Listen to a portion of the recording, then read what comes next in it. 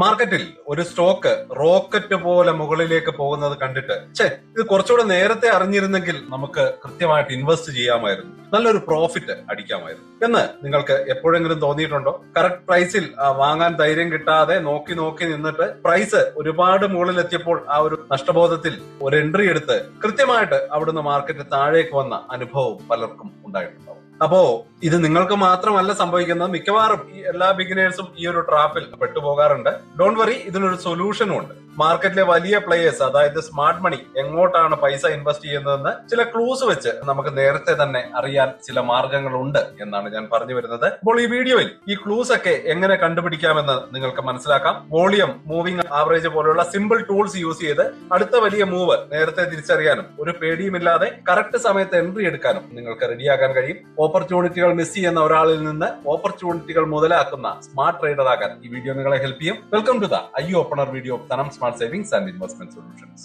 എന്തുകൊണ്ടാണ് നമുക്ക് എപ്പോഴും ഈ ഒരു മുന്നേറ്റങ്ങൾ നഷ്ടപ്പെടുന്നത്? വലിയ റാലികളൊക്കെ നമ്മൾ എൻട്രി ചെയ്ത് കഴിയുമ്പോഴേക്കും എന്താണ് തീർന്നു പോകുന്നത്? ഇത് പ്രധാനമായിട്ട് രണ്ട് കാരണങ്ങളാണുള്ളത്. ഒന്ന്, നമ്മുടെ പേടി. രണ്ടാമതായിട്ട് ഇതിനെപ്പറ്റി കറക്റ്റ് ആയിട്ട് ഒരു അറിവില്ലാത്തതാണ്. അപ്പോ നമുക്കൊരു എക്സാമ്പിൾ നോക്കാം. ഒരു സ്റ്റോക്ക് കുറെ നാളായിട്ട് പ്രൈസ് റേഞ്ചിൽ അങ്ങോട്ടും ഇങ്ങോട്ടും ഇങ്ങനെ ഫ്ലക്ച്വേറ്റ് ചെയ്യുകയാണ്.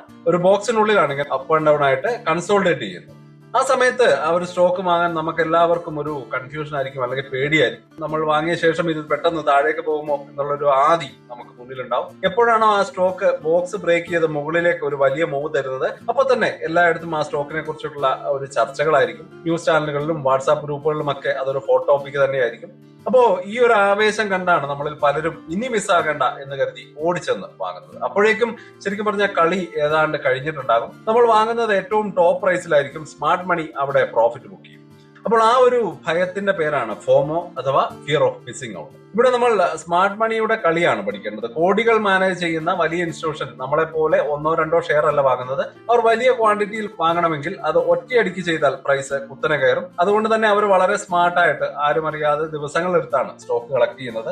ഈ ഒരു അക്കുമുലേഷൻ ഫേസിൽ സ്റ്റോക്കിന്റെ പ്രൈസിൽ വലിയ മാറ്റങ്ങളൊന്നും കാണില്ല. പക്ഷേ അതിന്റെ വോളിയത്തിൽ, അതായത് ട്രേഡിംഗ് നടക്കുന്ന എണ്ണത്തിൽ ചില വ്യത്യാസങ്ങൾ കാണാൻ നടക്കും. ഈ ക്ലൂസ് ആണ് നമ്മൾ കണ്ടുപിടിക്കാൻ പഠിക്കേണ്ടത്. അങ്ങനെ ആയാൽ ആ ഒരു വലിയ പാർട്ടി തുടങ്ങുന്നതിന് മുമ്പ് നമുക്ക് അവരോടൊപ്പം ചേരാൻ കഴിയും. അവർ വാങ്ങുന്ന ഏതാണ്ട് അതേ പ്രൈസിൽ തന്നെ നമുക്കും ആ സ്റ്റോക്കുകൾ വാങ്ങി കയ്യിൽ വെക്കാം. അപ്പോ ഈ ക്ലൂസ് മനസ്സിലാക്കുന്നതിന് മുമ്പ് മാർക്കറ്റിലെ രണ്ട് ബേസിക് കാര്യങ്ങൾ കൂടി നമ്മൾ അറിഞ്ഞിരിക്കണം. ഒന്നാമത്തേത് ട്രെൻഡ്, അടുത്തത് ബ്രേക്ക്ഔട്ട്. സിമ്പിൾ ആയിട്ട് പറഞ്ഞാൽ മാർക്കറ്റിന്റെ ഡയറക്ഷൻ എങ്ങോട്ടാണ് പോകുന്നത് എന്നാണ് ട്രെൻഡ് നമുക്ക് മനസ്സിലാക്കി തരുന്നത്. ഒരു സ്റ്റോക്കിന്റെ പ്രൈസ് കണ്ടിന്യൂസ് ആയിട്ട് മുകളിലേക്കാണ് പോകുന്നതെങ്കിൽ അത് അപ് ട്രെൻഡ് ആണ്, അല്ലെങ്കിൽ താഴേക്കാണ് വരുന്നതെങ്കിൽ അതിനെ ഡൗൺ ട്രെൻഡ് എന്ന് പറയും. അപ്പോൾ പ്രൈസ് ഒരു റേഞ്ചിൽ അങ്ങനെ ഫ്ലക്ച്വേറ്റ് ചെയ്യുന്നു, മുകളിലേക്ക് പോകുന്നില്ല, താഴേക്കും പോകുന്നില്ല. ഇതിനെയാണ് നമ്മൾ സൈഡ് വൈസ് മാർക്കറ്റ് എന്ന് പറയുക. ഒരു ട്രേഡറെ സംബന്ധിച്ച് ട്രെൻഡ് തിരിച്ചറിയുന്നത് വളരെ ഇമ്പോർട്ടന്റ് ആണ്. കാരണം ട്രെൻഡ് ഈസ് യുവർ ഫ്രണ്ട്. രണ്ടാമത്തേത് ബ്രേക്ക്ഔട്ട് ആണ്. ഒരു സ്റ്റോക്ക് സൈഡ് വേസ് മാർക്കറ്റിൽ നിൽക്കുമ്പോൾ അതിനൊരു മുകളിലത്തെ ലെവലും താഴത്തെ ലെവലും ഉണ്ടാവും. എപ്പോഴാണോ സ്റ്റോക്കിന്റെ പ്രൈസ് അതിന് മുകളിലത്തെ ലെവൽ അല്ലെങ്കിൽ റെസിസ്റ്റൻസ് സ്ട്രോങ് ആയിട്ട് ബ്രേക്ക് ചെയ്ത് മുകളിലേക്ക് പോകുന്നത്, അതിനെയാണ് നമ്മൾ ബ്രേക്ക്ഔട്ട് എന്ന് പറയുന്നത്. ഇതൊരു സൈനാണ്. സ്റ്റോക്കിൽ ബയേഴ്സിന്റെ സ്ട്രെങ്ത് കൂടി ഒരു പുതിയ അപ് ട്രെൻഡ് തുടങ്ങാൻ പോകുന്നു എന്നതിന്റെ സൈനാണ്. പക്ഷേ അതേസമയം ഇവിടെ ഒരു ട്രാപ്പ് കൂടിയുണ്ട്. എല്ലാ ബ്രേക്ക്ഔട്ടുകളും സക്സസ് ആവണമെന്നില്ല. ചിലപ്പോൾ പ്രൈസ് റെസിസ്റ്റൻസ് ബ്രേക്ക് ചെയ്ത പോലെ തന്നെ കാണിച്ച് മുകളിലേക്ക് പോയി തിരിച്ച് അതേ ബോക്സിലേക്ക് തന്നെ തിരിച്ചു വരും. ഇതിനാണ് ഫേക്ക് ബ്രേക്ക്ഔട്ട് എന്ന് പറയുക, അല്ലെങ്കിൽ ബുൾ ട്രാപ്പ് എന്നൊക്കെ പറയാറുണ്ട്. ഒരുപാട് പുതിയ ട്രേഡർമാർക്ക് പൈസ പോകുന്നത് ഇങ്ങനെയുള്ള ട്രാപ്പുകളിൽ പെട്ടാണ്. അപ്പോൾ ഒരു ബ്രേക്ക്ഔട്ട് റിയൽ ആണോ ഫേക്ക് ആണോ എന്നുകൂടി നമ്മൾ മനസ്സിലാക്കേണ്ടതുണ്ട്. അപ്പൊ അതിന് നമ്മൾ വളരെ ഇമ്പോർട്ടന്റ് ആയിട്ടുള്ള ഒരു കാര്യം പഠിക്കേണ്ടതുണ്ട്. അതായത് കൺഫർമേഷൻ ടൂൾസ് എന്തൊക്കെയാണ് എന്ന് നമ്മൾ മനസ്സിലാക്കണം. ഒന്നാമതായിട്ട് വോളിയം ആണ് വളരെ ഇമ്പോർട്ടന്റ് ആയിട്ടുള്ള കാര്യം. ഒരു ബ്രേക്ക്ഔട്ട് ജെന്യൂൻ ആണോ എന്ന് ചെക്ക് ചെയ്യാനുള്ള ഏറ്റവും സിമ്പിൾ ആയിട്ടുള്ള ടൂളാണ് വോളിയം. ഒരു നിശ്ചിത സമയത്തിനുള്ളിൽ എത്ര ഷെയറുകൾ ട്രേഡ് ചെയ്തു എന്നതിന്റെ കണക്കാണ് വോളിയം. ചാർട്ടിന് താഴെ കാണുന്ന പച്ചയും ചുവപ്പും ആ ഒരു ബാറുകളാണ് ആ വോളിയം. ബാറിന്റെ ഉയരം കൂടുന്നതിനനുസരിച്ച് ട്രേഡിംഗ് വോളിയം കൂടി എന്ന് നമുക്ക് മനസ്സിലാക്കാം. ഇനി പ്രൈസും വോളിയം തമ്മിലുള്ള ഒരു ഡീപ്പ് കണക്ഷൻ ഉണ്ട്. ഒരു ബ്രേക്ക്ഔട്ട് നടക്കുമ്പോൾ ആ സമയത്തെ വോളിയം ബാർ സാധാരണയായിട്ട് വളരെ വലുതാണെങ്കിൽ അതിനർത്ഥം ആ മൂവിൽ ഒരുപാട് പേര് പാർട്ടിസിപ്പേറ്റ് ചെയ്യുന്നുണ്ട് എന്നുള്ളതാണ്. അതിന് പിന്നിൽ ഒരു സ്ട്രോങ് ആയിട്ടുള്ള ഒരു ബൈയിങ് പ്രഷർ ഉണ്ട് എന്നതുകൂടി നമ്മൾ മനസ്സിലാക്കണം. അതൊരു റിയൽ ബ്രേക്ക്ഔട്ട് ആക്കാനുള്ള സാധ്യത വളരെ കൂടുതലാണ് ഇവിടെയുള്ളത്. ഇതിനാണ് ബ്രേക്ക്ഔട്ട് വിത്ത് ഹൈ വോളിയം എന്ന് പറയുന്നത്. നേരെ മറിച്ച് സ്റ്റോക്ക് ബ്രേക്ക്ഔട്ട് ആവുന്നു, പക്ഷെ താഴെ വോളിയം ബാറുകൾക്ക് വലിയ അനക്കമൊന്നുമില്ലെങ്കിൽ സൂക്ഷിക്കുക. അതിനർത്ഥം ആ ഒരു മൂവിൽ ആർക്കും വലിയ താല്പര്യമില്ല. ഒരു വീക്ക് മൂവ് ആണ്. അത് എപ്പോ വേണമെങ്കിലും ഫെയിൽ ആയിട്ട് പ്രൈസ് താഴേക്ക് വരാം. അപ്പോൾ അത്തരത്തിലുള്ള ബ്രേക്ക്ഔട്ടുകളെ നമുക്ക് ഫേക്ക് ബ്രേക്ക്ഔട്ട് ആവാനുള്ള സാധ്യതകൾ വളരെ കൂടുതലാണ്. സിമ്പിൾ ആയിട്ട് പറഞ്ഞാൽ വോളിയം എന്നത് പ്രൈസ് മൂവിന് പിന്നിലുള്ള ഫ്യൂൽ പോലെയാണ്. ഹൈ വോളിയം ഉണ്ടെങ്കിൽ വണ്ടിക്ക് ഒരുപാട് ദൂരം ഓടാൻ ഫ്യൂൽ ഉണ്ട്. വോളിയം കുറവാണെങ്കിൽ വഴിയിൽ കയ്യിൽ നിന്ന് പോകും. നിങ്ങൾ ബ്രേക്ക്ഔട്ട് കാണുമ്പോൾ ഉടനെ തന്നെ ചാർട്ടിന് താഴെയുള്ള വോളിയം ബാറുകളിലേക്ക് നോക്കുക. അവിടെ സാധാരണ കാണുന്നതിനേക്കാൾ വലിയ ഒരു വോളിയം സ്പൈക്ക് കാണുന്നുണ്ടോ, അല്ലെങ്കിൽ ആ ഒരു ബ്രേക്ക്ഔട്ട് നിങ്ങൾക്ക് വിശ്വസിക്കാനുള്ള ഒരു സാധ്യത തരുന്നുണ്ടോ എന്ന് നമുക്ക് ഇവിടെ നിന്ന് മനസ്സിലാക്കാൻ കഴിയും. ഇനി നമുക്ക് കൺഫർമേഷൻ ആയിട്ട് മൂവിംഗ് ആവറേജുകൾ എന്നൊരു വഴി കൂടിയുണ്ട്. നമ്മുടെ രണ്ടാമത്തെ ടൂളാണ് മൂവിംഗ് ആവറേജ്. ഒരു സ്റ്റോക്കിന്റെ ആവറേജ് പ്രൈസിനെ പ്രത്യേക ടൈം പീരീഡിൽ കാണിക്കുന്ന ലൈനാണിത്. ചാർട്ടിൽ ട്രെൻഡ് എങ്ങോട്ടാണെന്ന് കാണിച്ചു തരുന്ന ഒരു ഗൈഡാണ്. പലതരം മൂവിംഗ് ആവറേജുകൾ ഉണ്ടെങ്കിലും നമുക്ക് ഏറ്റവും യൂസ്ഫുൾ ആയിട്ടുള്ളത് 50-ഡേ മൂവിംഗ് ആവറേജ്, അതുപോലെ തന്നെ 200-ഡേ മൂവിംഗ് ആവറേജ് ആണ്. 50-ഡേ മൂവിംഗ് ആവറേജ് സ്റ്റോക്കിന്റെ കഴിഞ്ഞ 50 ദിവസത്തെ ആവറേജ് പ്രൈസ് ആണ് കാണിച്ചു തരിക. സ്റ്റോക്കിന്റെ ഷോർട്ട് ടേം ട്രെൻഡ് മനസ്സിലാക്കാൻ നമ്മളെ ഹെൽപ്പ് ചെയ്യാൻ ഈ ഒരു 50-ഡേ മൂവിംഗ് ആവറേജ് സഹായിക്കും. അതുപോലെ തന്നെ 200-ഡേ മൂവിംഗ് ആവറേജ് കുറച്ചുകൂടെ സീനിയർ ആണ്. കഴിഞ്ഞ 200 ദിവസത്തെ ഏതാണ്ട് ഒരു വർഷത്തെ പ്രൈസ് ആണ് ഇത് കാണിക്കുന്നത്. ഇത് സ്റ്റോക്കിന്റെ ലോങ് ടേം ട്രെൻഡ് മനസ്സിലാക്കാൻ നമുക്ക് എളുപ്പത്തിൽ സഹായിക്കുന്ന ഒരു ടൂളാണ്. പ്രൈസ് 200 DMAക്ക് മുകളിലാണെങ്കിൽ ആ സ്റ്റോക്ക് ലോങ് ടൈമിൽ സ്ട്രോങ് ആയിട്ടുള്ള ഒരു അപ് ട്രെൻഡിലാണ് എന്ന് പറയാം. സ്റ്റോക്ക് ശരിക്കും സ്ട്രോങ് ആണോ എന്നറിയാൻ പ്രൈസ് ഈ 200-ഡേ മൂവിംഗ് ആവറേജിന് മുകളിലാണോ എന്ന് നോക്കുന്നത് ഒരു നല്ല രീതിയായിട്ട് കണക്കാക്കാം. ഇനി ഈ രണ്ട് ലൈനുകളും ഒരുമിച്ച് വരുമ്പോൾ ഒരു മാജിക് സംഭവിക്കുന്നു. അതിനെയാണ് ഗോൾഡൻ ക്രോസ് ഓവർ എന്ന് പറയുന്നത്. എപ്പോഴാണ് ഷോർട്ട് ടൈം ലൈൻ ആയിട്ടുള്ള 50 DMA ലോങ് ടൈം ലൈൻ ആയിട്ടുള്ള 200 DMA താഴെ നിന്ന് മുകളിലേക്ക് ക്രോസ് ചെയ്ത് പോകുന്നത്, അതായത് ഗോൾഡൻ ക്രോസ് ഓവർ എന്ന് പറയുന്നത്. ഇത് വളരെ പുതിയതും അതുപോലെ തന്നെ സ്ട്രോങ് ആയിട്ടുള്ള ഒരു അപ് ട്രെൻഡ് തുടങ്ങാൻ പോകുന്നതിന്റെ ഒരു സ്ട്രോങ് സിഗ്നൽ ആയിട്ടാണ് പറയുന്നത്. പക്ഷെ എന്നിരുന്നാലും ഈ ഒരു മൂവിംഗ് ആവറേജസ് ഒക്കെ എന്ന് പറയുന്നത് ഒരു ലാഗിംഗ് സിഗ്നൽ ആയിട്ട് അതുകൂടി നമ്മൾ മനസ്സിലാക്കേണ്ടതുണ്ട്. ഗോൾഡൻ ക്രോസ് ഓവർ കണ്ട ഉടനെ ചാടിക്കയറി വാങ്ങരുത് എന്നാണ് ഞാൻ പറയുന്നത്. വോളിയവും മറ്റു ഫാക്ടേഴ്സും കൂടി എല്ലാം ഓക്കെ ആണോ എന്ന് കൂടി മനസ്സിലാക്കിയതിനു ശേഷം വേണം നമ്മൾ ആ ഒരു എൻട്രിയിലേക്ക് ആലോചിക്കാൻ വേണ്ടി. ഇനിയൊരു വലിയ ചിത്രം നമ്മൾ മനസ്സിലാക്കേണ്ടതുണ്ട്, സെക്ടർ റൊട്ടേഷൻ എന്ന ഒരു ആശയം. ഇതുവരെ നമ്മൾ സ്റ്റോക്കിന്റെ ചാർട്ടിനെ പറ്റി മാത്രമാണ് പറഞ്ഞുകൊണ്ടിരുന്നത്. എന്നാൽ മാർക്കറ്റ് എന്നത് ആയിരക്കണക്കിന് സ്റ്റോക്കുകൾ ചേർന്ന ഒരു വലിയ പ്ലേ സ്റ്റേഷൻ ആണ്. ഇവിടെ മണി ഒരിടത്തും സ്റ്റേബിൾ ആയിട്ട് നിൽക്കില്ല. ഒരു സെക്ടറിൽ നിന്ന് മറ്റൊന്നിലേക്ക് എപ്പോഴും റൊട്ടേറ്റ് ചെയ്തുകൊണ്ടിരിക്കും.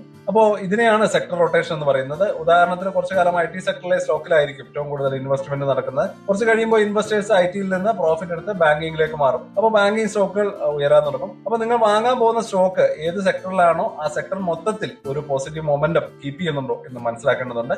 അപ്പോ തീർച്ചയായിട്ടും നമ്മുടെ സക്സസ് സാധ്യത കൂടാനുള്ള ഒരു സാഹചര്യമാണ് ഇവിടെ ഉണ്ടാകുന്നത്. അപ്പോ NSE പോലെയുള്ള എക്സ്ചേഞ്ചുകൾക്ക് ഓരോ സെക്ടറിനും പ്രത്യേകം ഇൻഡെക്സുകൾ ഉണ്ട്. Nifty IT, Nifty bank, Nifty pharma എന്നൊക്കെ പറഞ്ഞ് നിങ്ങൾ ഒരു ബാങ്കിങ് സ്റ്റോക്കിൽ നല്ലൊരു ബ്രേക്ക്ഔട്ട് കാണുകയാണെങ്കിൽ ഉടൻ തന്നെ നിഫ്റ്റി ബാങ്ക് ഇൻഡെക്സിന്റെ ചാർട്ട് കൂടി തുറന്നു നോക്കുക. ആ ഒരു ഇൻഡെക്സ് അപ് ട്രെൻഡിലാണെങ്കിൽ അതിനർത്ഥം ആ ഒരു സെക്ടറിലേക്ക് മൊത്തത്തിൽ ഒരു പൈസ വരുന്നുണ്ട് എന്നുള്ളതാണ്. അപ്പൊ നിങ്ങളുടെ സ്റ്റോക്കിന്റെ ബ്രേക്ക്ഔട്ട് സക്സസ് ആവാനുള്ള സാധ്യത വളരെ കൂടുതലാണ്. അപ്പോ നമ്മളൊരു എൻട്രി എടുക്കുമ്പോൾ എന്തൊക്കെ കാര്യങ്ങളാണ് മനസ്സിലാക്കേണ്ടത്? 3 പ്രധാനപ്പെട്ട കാര്യങ്ങൾ പഠിച്ചു. വോളിയം, മൂവിംഗ് ആവറേജ്, പിന്നെ സെക്ടറിന്റെ ആ ഒരു സ്ട്രെങ്ത്. ഇതെല്ലാം ഒരുമിച്ച് വെച്ചിട്ട് എങ്ങനെ ധൈര്യമായിട്ട് നമുക്കൊരു എൻട്രി എടുക്കാം എന്നുകൂടി നമ്മൾ മനസ്സിലാക്കേണ്ടതുണ്ട്. അപ്പോ അതിനായിട്ട് നമ്മളൊരു 4 പോയിന്റ് ചെക്ക് ലിസ്റ്റ് ഉണ്ടാക്കേണ്ടതുണ്ട്. ഒന്നാമതായിട്ട് ബ്രേക്ക്ഔട്ട് നടന്നിട്ടുണ്ടോ, സ്റ്റോക്കിന്റെ പ്രൈസ് ഒരു ഇമ്പോർട്ടന്റ് റെസിസ്റ്റൻസ് ലെവൽ ബ്രേക്ക് ചെയ്ത് മുകളിലേക്ക് പോകുന്നുണ്ടോ എന്ന് നോക്കണം. അതുപോലെ തന്നെ വോളിയം സപ്പോർട്ട് ചെയ്യുന്നുണ്ടോ, ആ ഒരു ബ്രേക്ക്ഔട്ടിന്റെ കൂടെ നോർമലിനേക്കാൾ വലിയ വോളിയം വരുന്നുണ്ടോ എന്ന് കൂടി നോക്കണം. അതുപോലെ തന്നെ മൂവിംഗ് ആവറേജ്, സ്റ്റോക്കിന്റെ പ്രൈസ് 50-200 മൂവിംഗ് ആവറേജുകൾക്ക് മുകളിലാണോ, ആ ലൈനുകൾ മുകളിലേക്ക് തന്നെയാണോ പോയിന്റ് ചെയ്യുന്നത്, ഇതുകൂടി നമ്മൾ മനസ്സിലാക്കണം. അവസാനമായിട്ട് സെക്ടർ നമ്മുടെ കൂടെ ഉണ്ടോ എന്നത് വളരെ ഇമ്പോർട്ടന്റ് ആണ്. ഈ ഒരു 4 ചോദ്യം കൃത്യമായിട്ട് യെസ് എന്ന ഉത്തരം നിങ്ങൾക്ക് കിട്ടുകയാണെങ്കിൽ നല്ലൊരു ഓപ്പർച്യൂണിറ്റിയാണ്. നിങ്ങൾക്ക് ഹൈ പ്രോബിലിറ്റി ഉള്ള ഒരു ട്രേഡാണ്. ഇവിടെ ഒരു പേടിയുമില്ലാതെ നിങ്ങൾക്ക് ഡിസിഷൻ എടുക്കാൻ കഴിയും.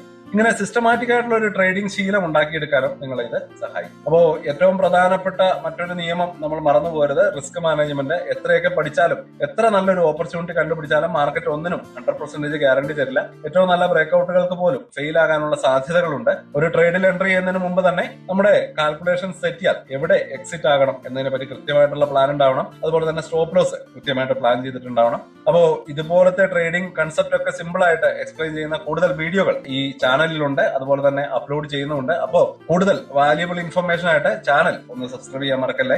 ഇനി നമുക്കൊരു കൺക്ലൂഷനിലേക്ക് എടുക്കാം. വലിയ മാർക്കറ്റ് മൂവ്സ് ഒക്കെ ഇനി നമ്മൾ മിസ് ചെയ്യാതിരിക്കാൻ വളരെ സിമ്പിൾ ആയിട്ടുള്ള ഒരു മെത്തേഡാണ് പറഞ്ഞു തന്നിട്ടുള്ളത്. സ്റ്റോക്കിൽ ബ്രേക്ക്ഔട്ടിനായിട്ട് വെയിറ്റ് ചെയ്യുക. ബ്രേക്ക്ഔട്ട് കാണുമ്പോൾ ഹൈ വോളിയത്തിലാണോ എന്ന് കൺഫേം ചെയ്യുക. അതിനുകൂടെ പ്രൈസ് ഇമ്പോർട്ടന്റ് മൂവിംഗ് ആവറേജുകൾക്ക് മുകളിലാണോ എന്നുകൂടി നമ്മൾ കൃത്യമായിട്ട് മനസ്സിലാക്കണം. അവസാനമായിട്ട് സെക്ടറിന്റെ സപ്പോർട്ട് ഉണ്ടോ, സെക്ടർ റൊട്ടേഷൻ നമ്മളെ സഹായിക്കുന്നുണ്ടോ എന്നുകൂടി മനസ്സിലാക്കേണ്ടതുണ്ട്. അപ്പൊ ഈ മെത്തേഡ്സ് ഒറ്റ ദിവസം കൊണ്ട് വർക്ക് ആയിക്കൊള്ളണം മനസ്സിലാക്കണമെന്നില്ല. ഇതിന് പേഷ്യൻസും പ്രാക്ടീസും ഒക്കെ വേണം. പഴയ ചാർട്ടുകൾ എടുത്ത് ഈ കാര്യങ്ങൾ ശരിയാണോ എന്ന് കൃത്യമായിട്ട് ബാക്ക് ടെസ്റ്റ് ചെയ്ത് മനസ്സിലാക്കേണ്ടതുണ്ട്. ട്രേഡിംഗ് പെട്ടെന്ന് പൈസ ഉണ്ടാക്കാനുള്ള ഒരു ലോട്ടറി അല്ല. നമുക്ക് കൃത്യമായിട്ടുള്ള അറിവും ഡിസിപ്ലിനും സ്കില്ലും ഒക്കെ അത്യന്താപേക്ഷിതമാണ്. അപ്പോൾ അതൊക്കെ നമുക്ക് ഈ ഒരു കൃത്യമായിട്ടുള്ള ഒരു പ്രാക്ടീസിലൂടെ നേടിയെടുക്കാൻ കഴിയും. അപ്പോൾ അടുത്ത വീഡിയോയിൽ പുതിയൊരു ടോപ്പിക്കുമായിട്ട് കാണാം. അതുവരേക്കും ഹാപ്പി ഇൻവെസ്റ്റിംഗ്.